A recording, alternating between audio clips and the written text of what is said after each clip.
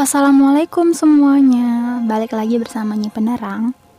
Dan kali Nyi Penerang akan ajak kalian untuk baca cerita horor lagi. Dan ini ceritanya dari Facebook, namanya Abile. Kata dia nih berdasarkan kisah nyata bertemu arwah pendaki di Gunung Salak. Tapi di sini dia dari Twitter nih. Di Twitter yang cerita Bang Har. Kalian mungkin udah pernah baca atau udah pernah kalian lihat deh di Twitter kalau kalian anak Twitter. Dan di sini kita akan membaca bersama-sama.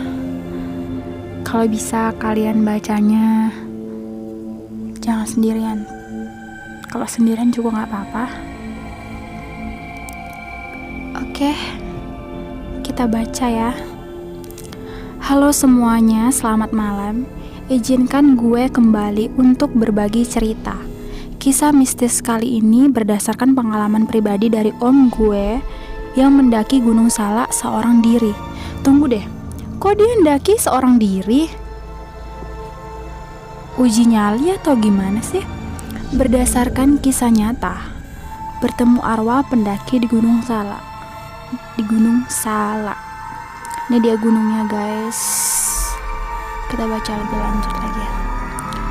Peristiwa ini terjadi sekitar tahun 2000-an. Saat itu om gue masih aktif sebagai mahasiswa di salah satu kampus.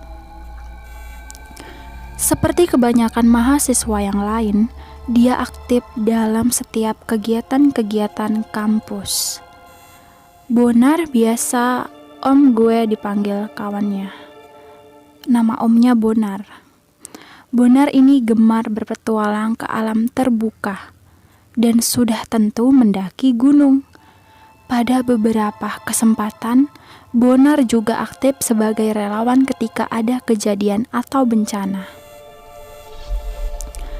Pada suatu sore, Bonar sedang berkumpul dengan teman kampusnya. Saat itu, Bonar berkeinginan mendaki gunung dan mengajak beberapa teman, tapi tidak direspon oleh temannya.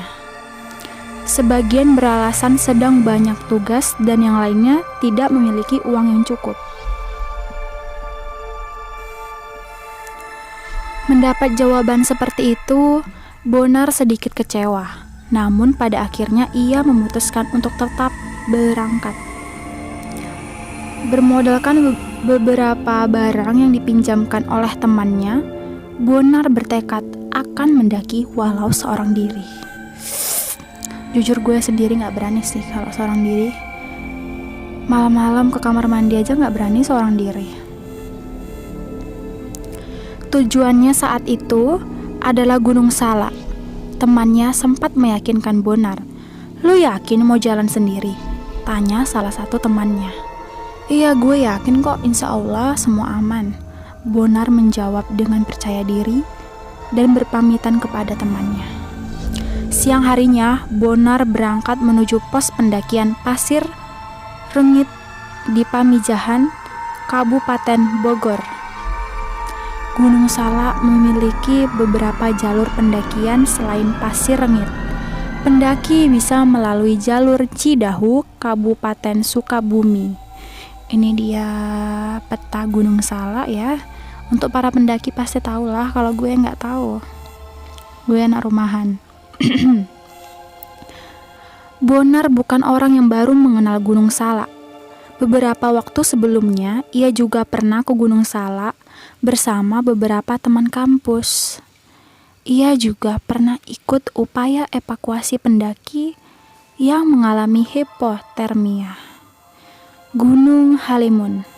Biasa warga setempat menyebutnya, selalu menyimpan tanda tanya besar dengan kawasan ini. Menyimpan banyak misteri dan konon dipercayai sebagai pusat energi kerajaan Pajajaran. Bonar bukan tidak mau tahu dengan keangkeran Gunung Salak. Ia percaya bahwa tidak ada niatan buruk dalam hatinya ketika ingin mendaki. Niatnya tulus, merindukan hijau dan sejuknya alam Gunung Salak. Tiba di Bogor sudah hampir malam. Akhirnya Bonar memutuskan untuk istirahat semalaman dan lanjut esok paginya. Saat itu ia mampir di salah satu rumah kerabatnya. Pada saat sedang istirahat, ia bertanya arti dari kata Gunung Halimun. Lalu saudaranya menjawab, Halimun adalah istilah kata dalam bahasa Sunda yang artinya tidak terlihat.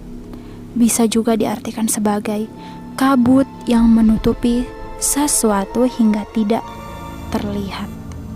Singkat cerita, pagi harinya Bonar bergegas menuju Pasir Ngit, lalu mendaftarkan diri ke pos pendakian. Petugas menanyakan perbekalan yang dibawa karena seorang diri Bonar bergabung dengan regu pendakian lain. Kan lumayan nih dapat kawan. Rencana Bonar saat itu tidak akan menginap. Dia akan kembali turun tak lama setelah sampai di puncak Salak. Lalu ia pun memulai perjalanan bersama. Lalu ia pun memulai perjalanan bersama dengan pendaki lain, yang saat itu jumlahnya tidak lebih dari 6 orang. Saat dalam perjalanan, Bonar izin untuk jalan lebih dulu karena mengejar waktu agar tidak terlalu malam saat kembali turun ke Pasir Ngit. Akhirnya Bonar pun berpisah dengan regu tersebut. Hari itu cuaca cerah. Bonar berjalan seorang diri di tengah rimbunnya hutan Gunung Salak. Sampai di Kawarato, Bonar terus melanjutkan perjalanan menuju puncak. Merasa kelelahan, akhirnya Bonar istirahat untuk minum.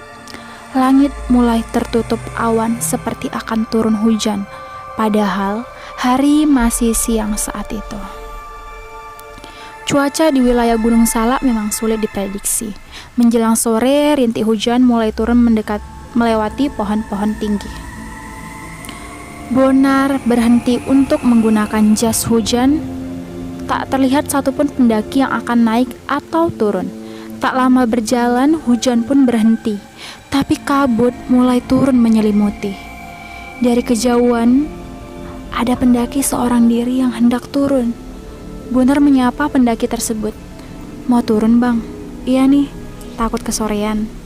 Lalu pendaki tersebut ditawarkan air minum. Silakan bang, ini kalau mau minum. Pendaki tersebut menerima tawaran Bonar. Lalu keduanya mengobrol. Saat Bonar akan pamit pergi, pendaki tersebut menitip pesan kepada Bonar. Oh ya bang, boleh minta tolong ya, nanti kalau udah turun kembali ke pos. Saya titip pesan, kemarin saya jatuh dan mayat saya ada di dasar jurang sekitar sini. Pendaki itu senyum dengan wajah pucat ke arah Bonar. Seketika Bonar merasa lemas dan memutuskan untuk tidak melanjutkan perjalanan ke puncak. Sosok pendaki itu masih terus menyeringai memandang ke arah Bonar. Tak lama sosok itu hilang seperti ditelan kabut gunung. Dalam keadaan syok, Bonar gue merinding sumpah. Dalam keadaan syok, Bonar menguatkan diri untuk kembali ke pos. Selama jalan turun, Bonar merasa seperti diikuti. Tapi sosok itu berjalan sangat cepat di dalam hutan. Berjalan seorang diri di tengah hutan. Tak ada seorang pun yang ia temui. Bonar pun merasa aneh karena jalan itu sudah berulang kali ia lewati. Tapi tidak juga sampai di pos Pasir Ngit.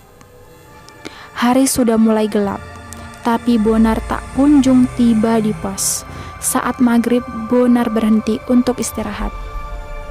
Ketika sedang minum, ia kaget seperti ada yang menarik kuat tasnya, lalu diikuti suara anak kecil tertawa.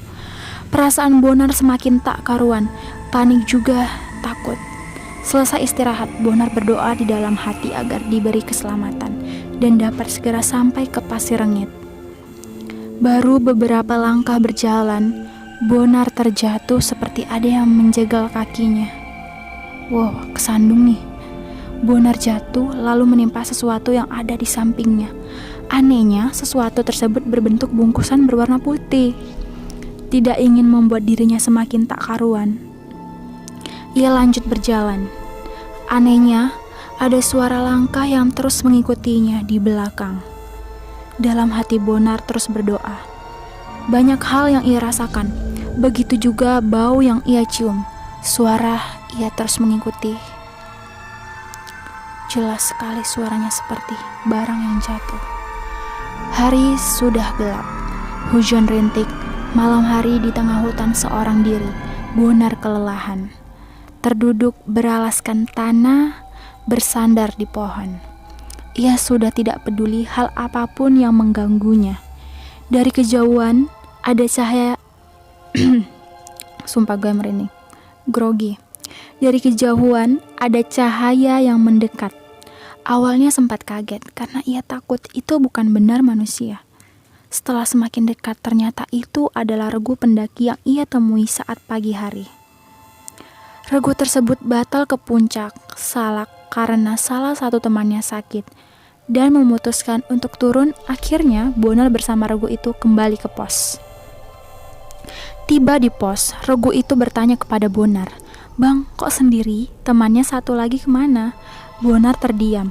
"Gak ada, gue berangkat sendiri." Regu itu kaget karena saat pagi hari ketika Bonar izin jalan duluan, mereka melihat Bonar berjalan berdua dengan seorang pendaki lelaki.